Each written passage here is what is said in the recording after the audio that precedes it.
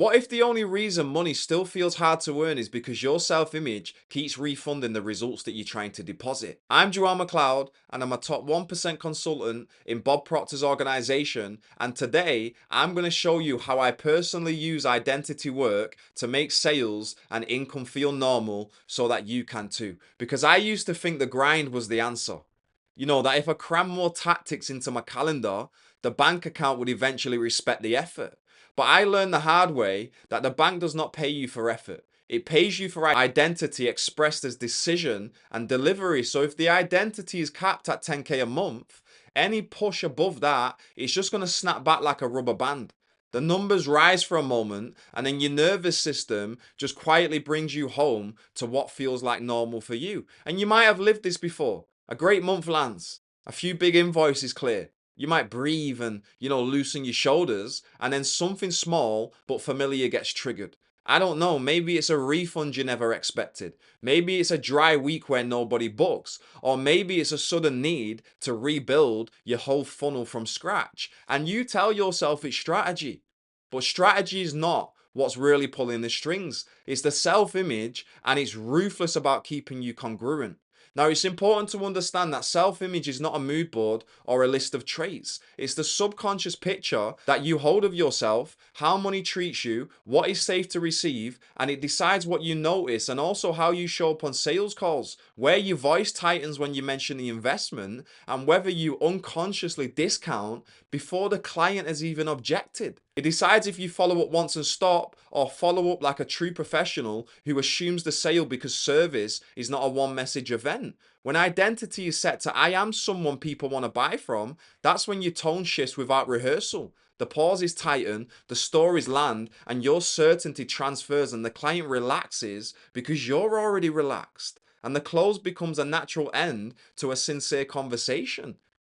Not a performance that you hope to go your way, but when identity is locked to I am still proving myself, your questions get needier, your explanations get longer, and you try to convince instead of letting the buyer convince themselves. Now you can test this in small places. Notice how you receive compliments. Notice how you receive money unexpectedly.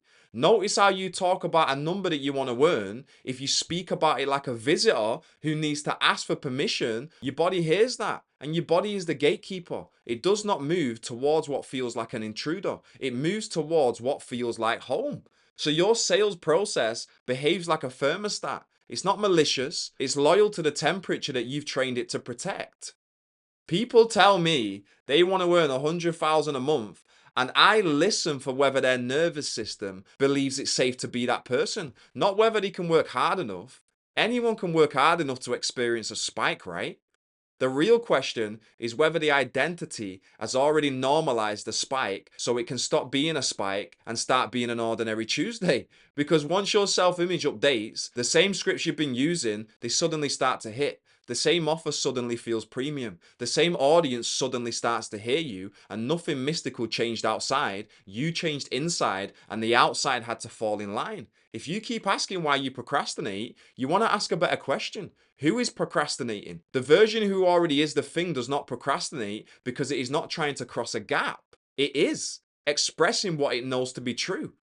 Hesitation is usually a symptom of not wanting to betray the old identity. So you think you're protecting yourself from failure when what's really happening is you're protecting yourself from success that would force an upgrade in how you see yourself. So you keep the results small enough to stay familiar. Now, you don't need more discipline to outwork an identity problem. What you really need is a clean decision about who you're allowed to be, and then a daily ritual that makes your nervous system fall in love with that decision until it feels like home. When it feels like home, you're going to protect it like you used to protect your old identity, and that's when sale conversations stop feeling like auditions and start feeling like alignment with the person who you are. But how do you actually implement this for yourself? Well, let me show you how.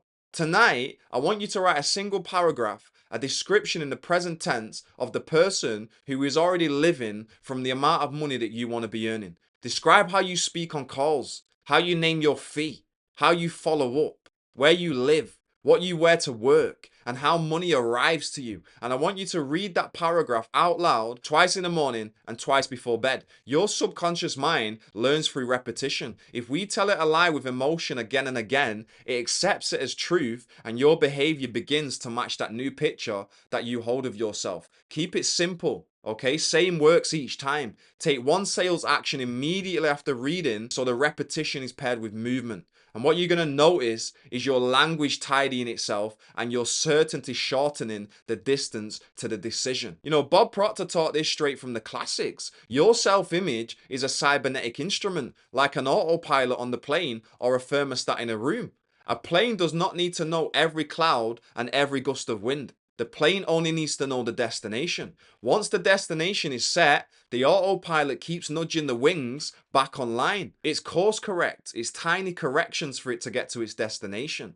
Okay? Well, money behaves the same way. When your inner setting is 10,000 a month and you try to force 50, the cybernetic system treats the 50 like warm air in a cool room, and it whispers, "This is too hot," and starts cooling you down with innocent looking events, a slow week, an urgent distraction, an irresistible urge to rebuild your entire offer on a Thursday afternoon. And none of that is personal, by the way. It's the autopilot keeping you safe at the temperature that you told it to protect. This is why spikes and motivation don't stick. You want to sprint, you want a few big clients, you celebrate, and then the course correction begins. It's gentle, it's logical, and it feels like life, but really it's the setting. Okay? The good news is the same instrument will work for you when you set the number to what you actually want. The room does not argue with the thermostat. The thermostat always wins. Same way, the business does not argue with your self-image. Your self-image will always win. So think of this like a child would. If you tell a sat-nav where you're going, you do not stare out the window. You don't guess at every turn. No, you listen for the next instruction and follow it. If you miss a turn, it says recalculating and brings you back.